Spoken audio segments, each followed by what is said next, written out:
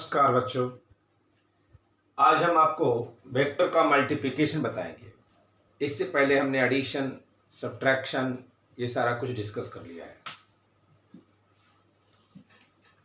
तो आज हमारे सामने है मल्टीप्लिकेशन ऑफ वेक्टर। ये देखो, वेक्टर का मल्टीप्लिकेशन दो तरीके से किया जाता है। एक का नाम है डॉट प्रोडक्ट, जिसका दूसरा नाम है स्केलर प्रोडक्ट, और दूसरा का नाम है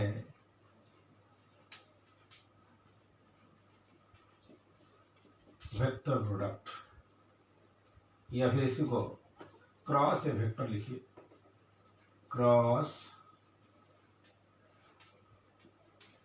प्रोडक्ट। एक और नाम भी इसका है वेक्टर प्रोडक्ट। ये डॉट प्रोडक्ट या स्केलर प्रोडक्ट नाम है, और दूसरा क्रॉस प्रोडक्ट या वेक्टर प्रोडक्ट नाम है। इसका example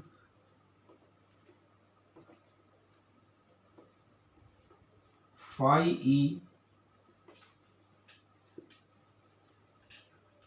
E dot A, work F dot S,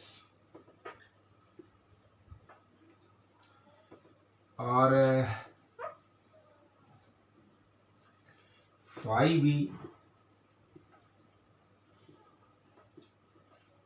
B dot A. इसका एग्जाम्पल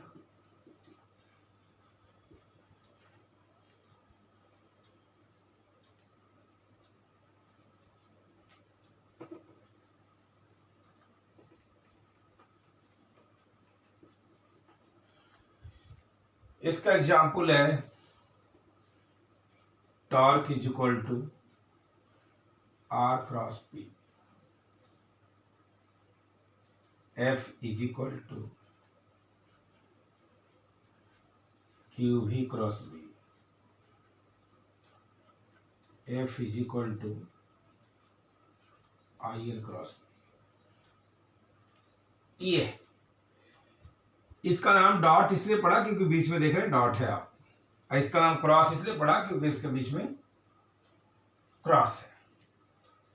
परंतु स्केलर प्रोडक्ट और वेक्टर प्रोडक्ट का नामकरण, नॉमेनक्लेचर कैसे हुआ, ये आपको मैं बताना चाहता हूं।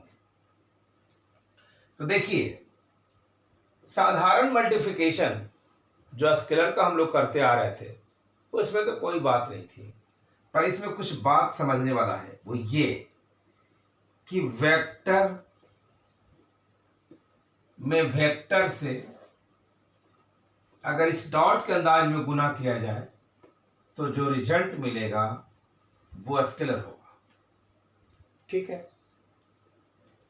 और वेक्टर में दूसरे वेक्टर को क्रॉस से गुना किया जाए तो जो रिजल्ट मिलेगा वो भी वेक्टर होगा। और तीसरी बात, स्केलर में वेक्टर से अगर गुना किया जाए तो ये वेक्टर होगा। और चौथी, स्केलर में स्केलर से गुना किया तो स्केलर हो गए, तो हम लोग बचपन से देखा, उसमें तो कोई नई बात है नहीं। इसीलिए जब डॉट से गुना किए तो स्केलर हो गया, इसलिए डॉट वाले को स्केलर प्रोडक्ट भी कहा गया। और जब क्रॉस से किए तो वेक्टर हो गया, इसलिए क्रॉस वाले को वेक्टर प्रोडक्ट भी कहा गया। ओके। अब इसका एग्जाम्पल कौन हो गया? ये। और इसका एग्जाम्पल कौन हो गया? ये। तब आप कहेंगे कि देव इसका एग्जाम्पल ये देख लीजिए, F बराबर मास इंटू एक्सेलरेशन, मास स्केलर, एक्सेलरेशन वेक्टर, तो जो रिजल्ट मिला फोर्स वो भी वेक्टर, तो स्केलर इंटू वेक्टर बराबर वेक्टर। ये इसका एग्जाम्पल। आज हम इसी को एक एक करके डिस्कस करेंगे कि वेक्टर से अगर डॉट अंदाज में मल्टीप्लाई करते हैं तो बच्चों ये अपना प्रॉपर्टी ही खो दिया वेक्टर होने का, ये सीधे तौर से स्केलर हो गया।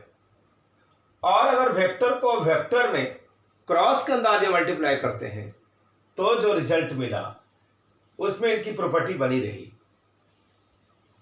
तो ये इस तरह का मल्टीप्लिकेशन है। पूरी फिजिक्स में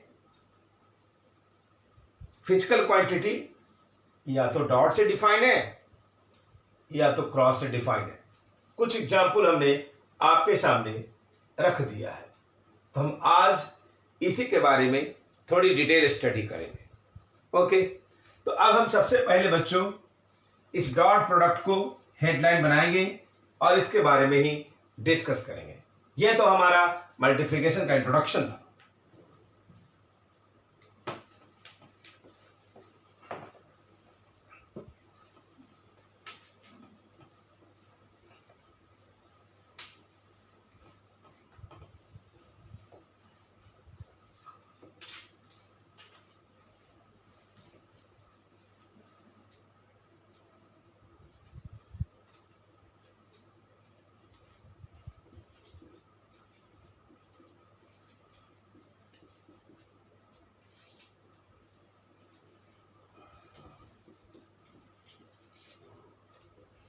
डॉट प्रोडक्ट ऑफ वेक्टर।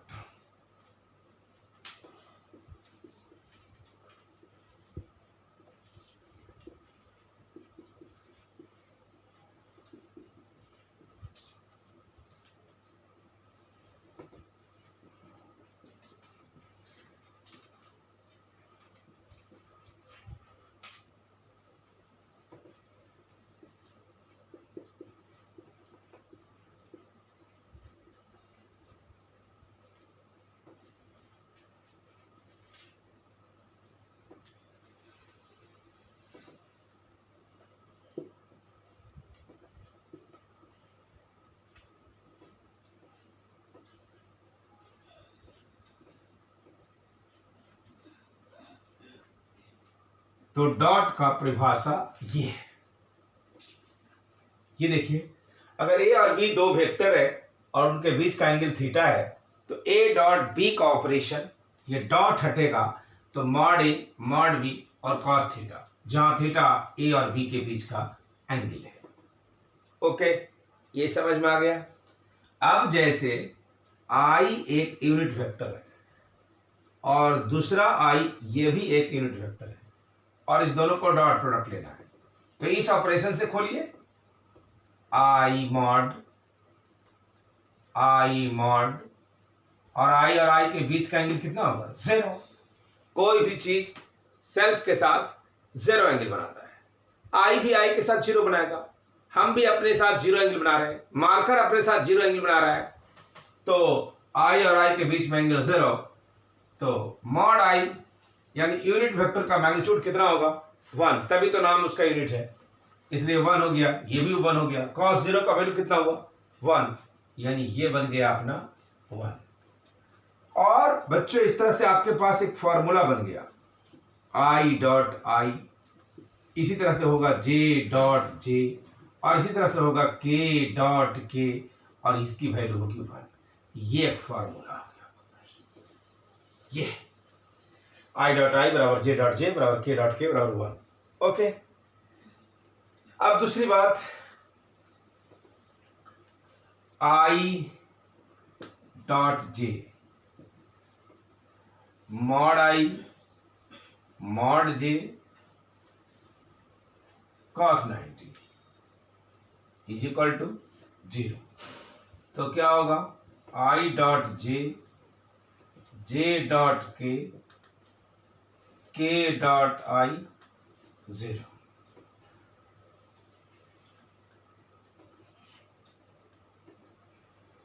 यानी सिमिलर में 1 हो जाएगा, आई आई जे जे के और डी सिमिलर में 0 हो जाएगा, आई जे जे के आई इसमें 0 हो जाएगा और इसमें 1 हो जाएगा। ओके,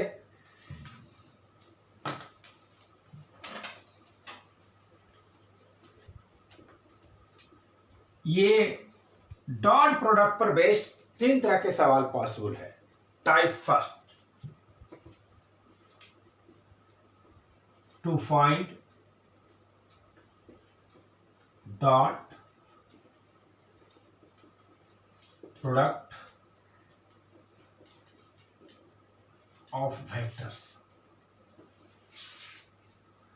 मतलब इसमें से डॉट प्रोडक्ट निकालना होगा। एक example, if vector A is equal to 2i 3j 4k, vector V is equal to 4i 6j 8k, then find A dot B. आपको A डॉट बी निकालना है। कैसे निकालेंगे? सॉल्यूशन, A डॉट बी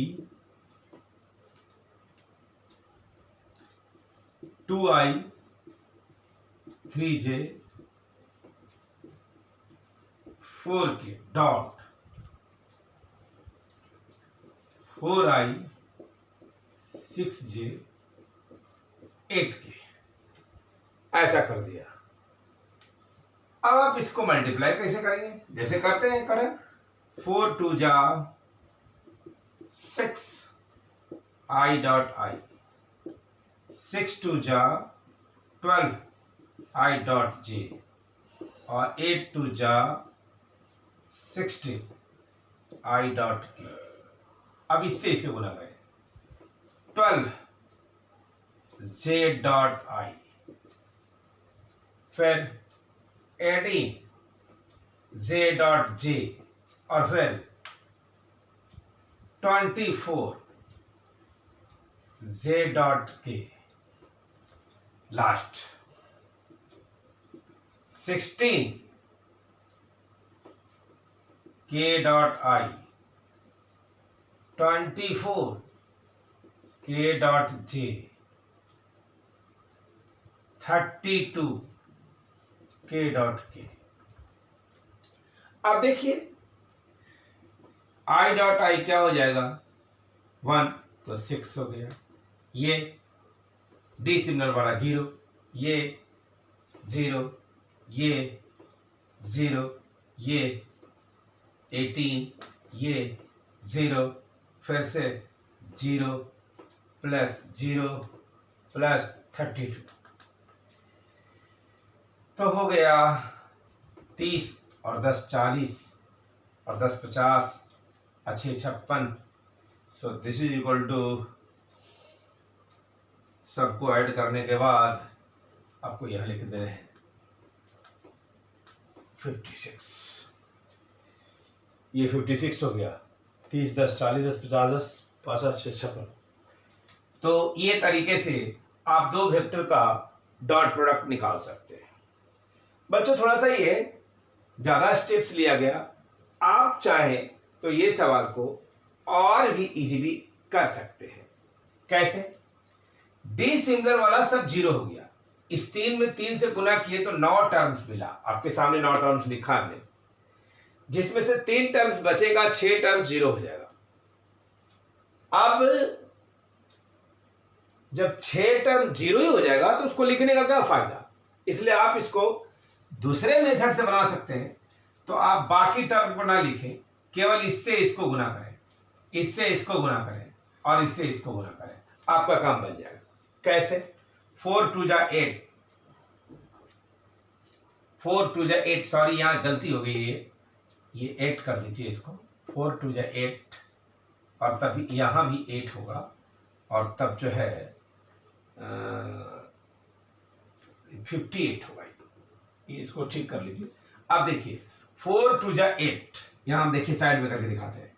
4 2 जा 8 8, 3 6 18 18, और 8 4 32 इज इक्वल टू 58।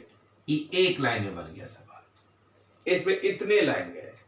ये concept बहुत आसान है, तो ये टिप्स मैंने बता दिया। कायदे से स्टेप्स वाइज करेंगे तो ऐसे करेंगे। अब हमारा ऑब्जेक्टिव सवाल रहे, 1 सेकंड में बता सकते हैं ऐसे, बस सेम सेम गुना करो, बाकी को करो ही नहीं, क्योंकि डिफरेंट वाला को तो 0 होना है कंफर्म। ओके, लिया a is equal to this plus this, b is equal to ये 6 8 9।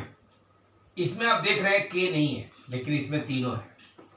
तो इस तरह का रहेगा सवाल, तो आप क्या करेंगे, तो समझ लीजिए, जो नहीं है उसको 0 लिख दीजिए, ये तरीका है, 0 के लिख दीजिए, और फिर से जैसे गुना करते थे वैसे कीजिए गुना। a dot b is equal to 4i 5j 0k dot 6i 8j 9k। Multiply कीजिए, 4 6 24, सेम सेम अभी बताए थे तरीका, बाकी को कीजिए ही नहीं। फिर 8 5 40 plus 0 64, this is your answer. तो ये तरीका कितना आसानी से हो गया।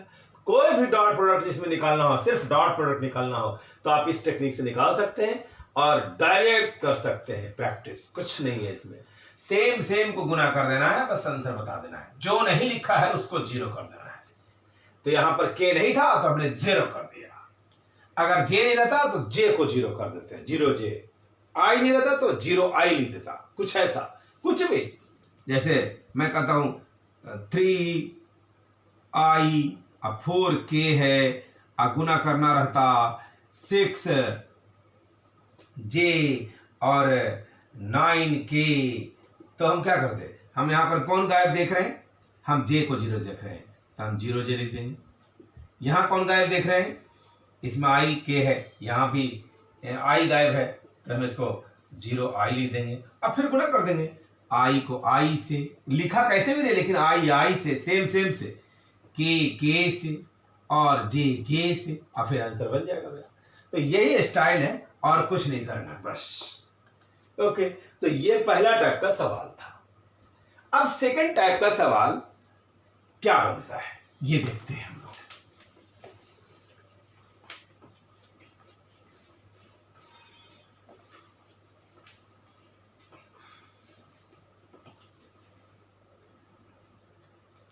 टाइप सेकंड,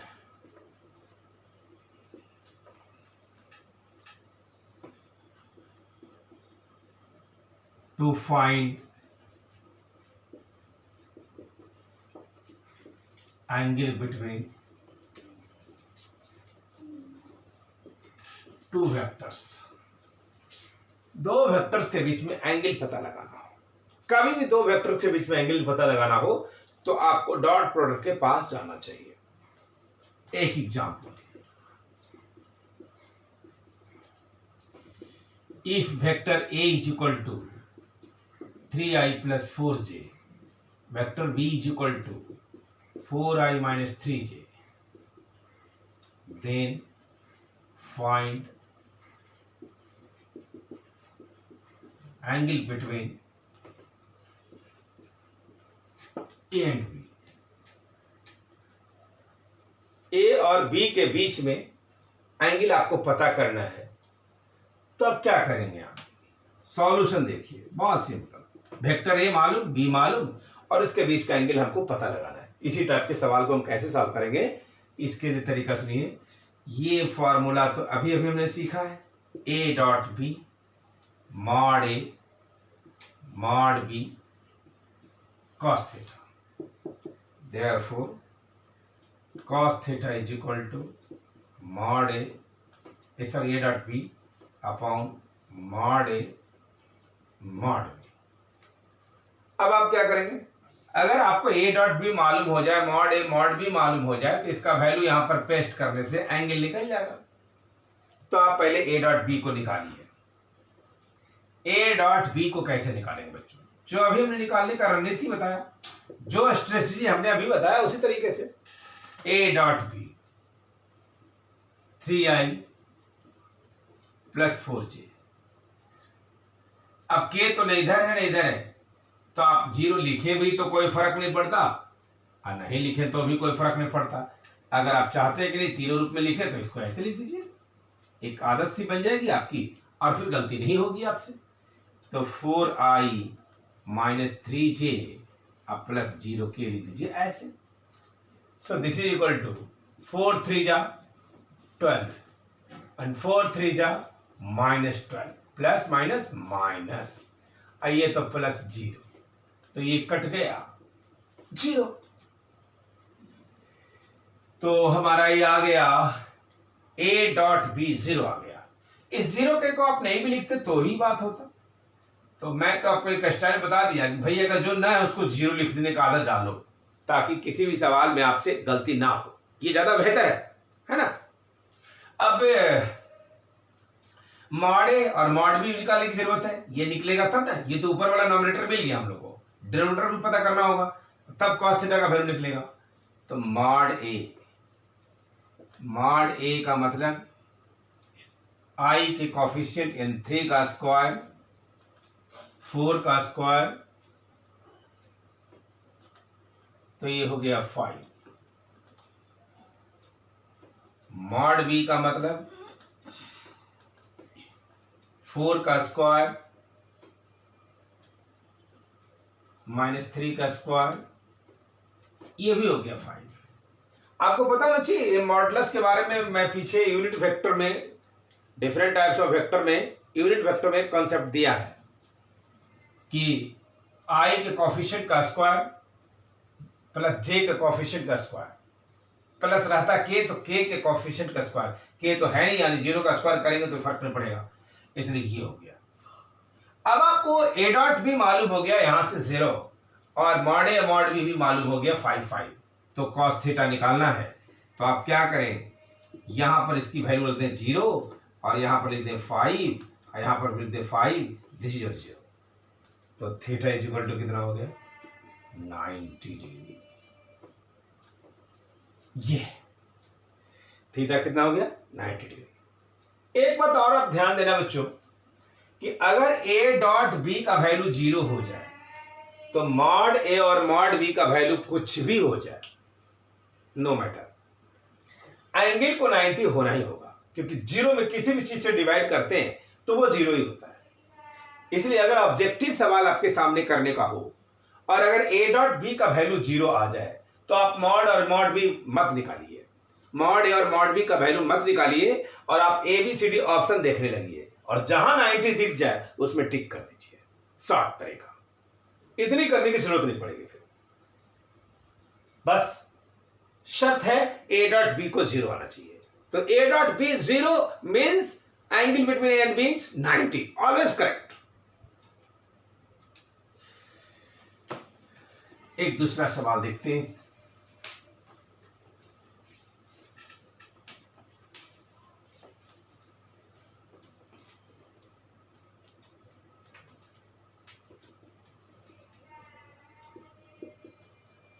एग्जाम्पल 2,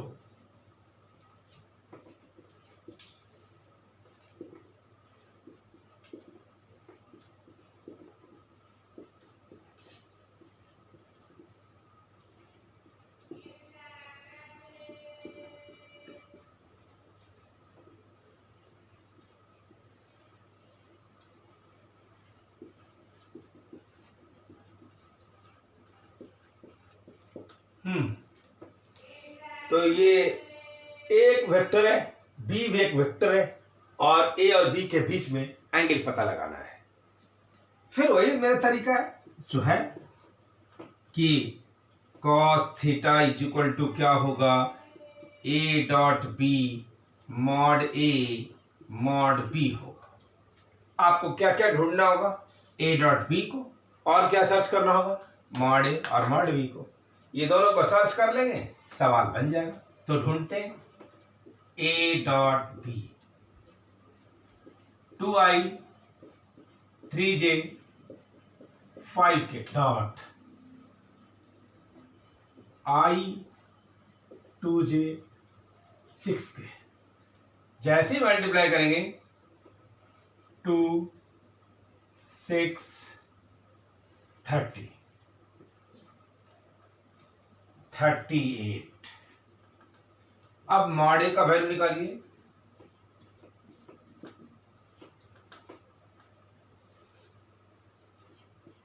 टू का स्क्वायर, 3 का स्क्वायर, 5 का स्क्वायर, 4 9 25। ये रूट अंडर 25 4 29 30 38। फिर मॉड बी में बी का वैल्यू इसमें देखिए 1 का स्क्वायर, 2 का स्क्वायर और 6 का स्क्वायर। ये कितना हो जाएगा 1 4 36। सो व्हाट इज दिस, ये 36 4 40 41। ये तो mod A root under 38, mod B root under 41 और ए डॉट बी 38। पेस्ट कर दीजिए यहां पर 38 रूट अंडर 38 और रूट अंडर 41। ये चाहे तो इसको रूट से उड़ा सकते हैं ऐसे,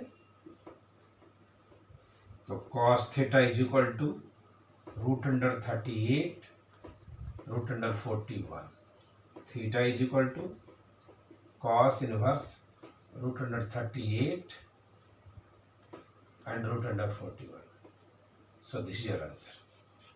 अगर आप जानते हैं कि पूरी पूरी एंगल ना निकले तो इसको इनवर्स लिख देने का ट्रेडिशन है, इनवर्स लिख करके हम लोग छोड़ देते हैं। ये आप लोग अगर नहीं पढ़े होंगे लोअर क्लास में, 10 तक तो नहीं पढ़े होंगे, तो 11th के मैथमेटिक्स में इनवर्स सर्कुलर फंक्शन पढ़ेंगे और जिसमें आपको क्लियर हो जाएगा ये बात, है ना। तो ये तरीका है।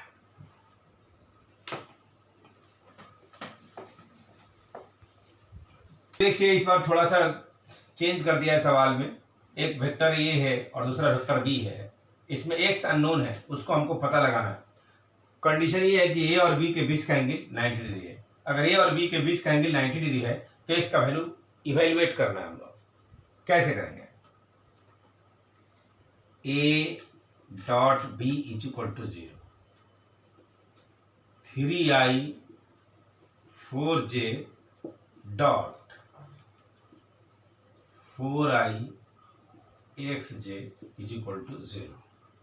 गुना करो 12 plus 4x is equal to 0, 4x is equal to -12, x is equal to -3। ये तो x का वैल्यू कितना लेंगे -3, क्योंकि 90 डिग्री होने के लिए a डॉट b को 0 होना चाहिए। और ये कैसे आया मैं इस बॉक्स में समझा दूंगा कि cos theta is equal to a dot b upon mod a mod b। Theta को जगह पर क्या लिखेंगे, 90 is equal to a dot b upon mod a mod b। और फिर a डॉट b cos 90 का वैल्यू 0, गुना होगा 0 में तो 0 0। इसका मतलब ये हुआ कि cos थीटा 90 तभी होगा जब a डॉट b 0 होगा। इसलिए इसने 90 कहा तो मैं a डॉट b को 0 लेकर के चला और इसका वैल्यू ढूंढ लिया। ठीक है, ऐसे इसको शॉर्ट टिप्स ये भी था बच्चों कि आप इस दोनों को मल्टीप्लाई करो, 4 3 जा कितना हुआ 12। अब इन दोनों को मल्टीप्लाई कर करके 12 साइन आना चाहिए मैग्नीट्यूड में और नेचर में अपोजिट आना चाहिए -12। तो यहाँ वैल्यू कितनी होगी -12 को, तो -3, तो -12 हो जाएगा। आई +12 और -12 कट करके 0 हो जाएगा, तो डॉट प्रोडक्ट ऑटोमेटिक 0 आ जाएगा। तो ये तरीका से भी आप बड़ा आसानी से सॉल्यूशन कर सकते हैं इसका।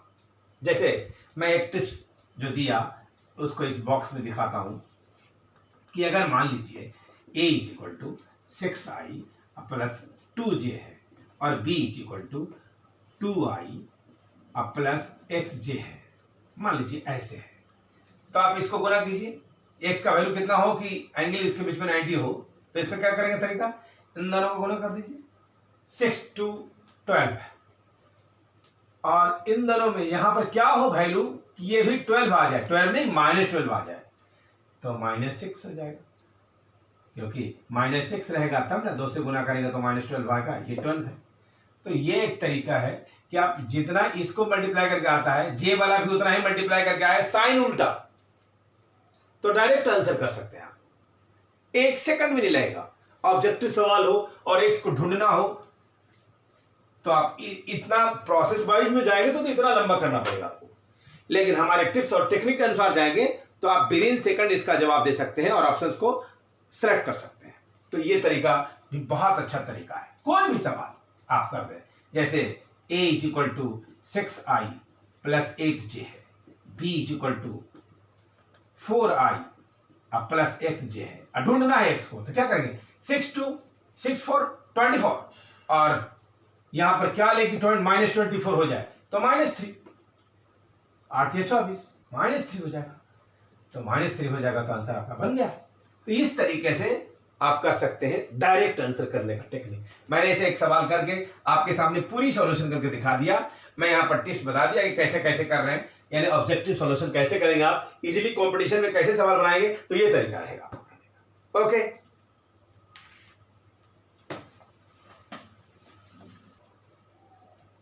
अब तीसरा टाइप का इसमें संभव है, मैं पहले बोला कि डॉट प्रोडक्ट ऑफ वेक्टर में 3 टाइप्स के सवाल संभव है, तो ये थर्ड टाइप्स है।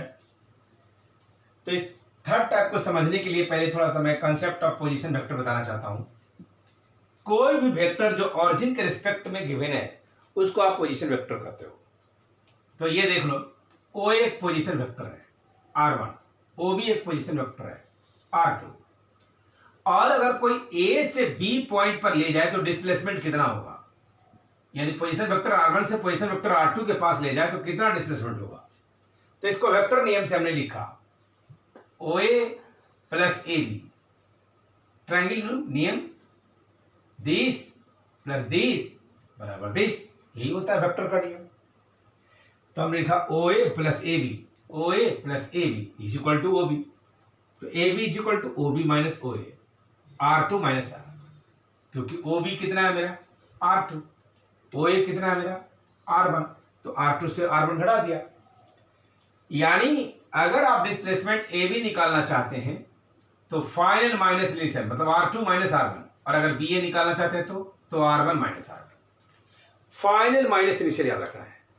अगर कोई ए से पार्टिकल बी के पास आया है तो R2 माइनस R1 डिस्प्लेसमेंट होगा, अगर कोई बी से ए जाएगा तो R1 माइनस R2 होगा। हमने क्या लिखा है ए बी, मतलब पहले ए तब बी, मतलब ए बी मतलब ए से बी जा रहा है, और अगर लिखा रहेगा बी ए मतलब इधर से जा रहा है तो फिर R1 माइनस R2 हो जाएगा। ये डिफरेंसेस है। जैसे एक एग्जांपल्स मैं देखता हूं इसका, फर्स्ट इस टाइप में फर्स्ट एग्जांपल देखता हूं, if f is equal to 3i 4j 5k acts to displace a body from R1 to R2, where R1 is equal to 3i 4j 5k and R2 is equal to 6i 6j 6k. Then find work done. अगर एक force ऐसा दिया हुआ है जो act कर करके R1 से R2 में लाया गया है, जहां R1 इतना दिया हुआ है R2 इतना दिया है, अब फाइंड वर्क डन है। ये बात गिवन है, given R1 and R2 R position vector. मान लीजिए दोनों पोजीशन वेक्टर है, तो क्या करेंगे आप? बहुत सिंपल, वर्क होता है बच्चों, सॉल्यूशन इसका देखिए, वर्क होता है एफ डॉट डी। ये तो हम लोग को आगे पढ़ना भी है, वर्क पावर एनर्जी में काफी पढ़ेंगे, अभी खाली समझ लीजिए कि एफ डॉट डी को वर्क कहते हैं। आप लोअर क्लास में भी थोड़ा पढ़े होंगे, 11 से पहले भी 9th में थोड़ी सी नॉलेज ली होगी इसके बारे में। तो चलिए एफ का वैल्यू आप यहां से क्या रखेंगे? 3i 4j 5k, एफ का वैल्यू लिख दिया। और डी, डी मतलब डिस्प्लेसमेंट, वो क्या लिखेंगे? मैं अभी कहा हूं कि डिस्प्लेसमेंट निकालने का तरीका है R2 माइनस R1, तो R2 में से R1 घटा दीजिए, क्योंकि R1 से R2 ले गया तो फाइनल R2 हो गया, इनिशियल R1 हो गया, तो R2 में से R1 घटाइए। तो R2 में से R1 घटा रहे हैं हम लोग, 6 में से 3 गया 3i, 6 में से 4 गया 2j, सॉरी, और 6 में से 5 गया only k। This is equal to 3 3 जा 9, 4 2 जा 8 एंड 5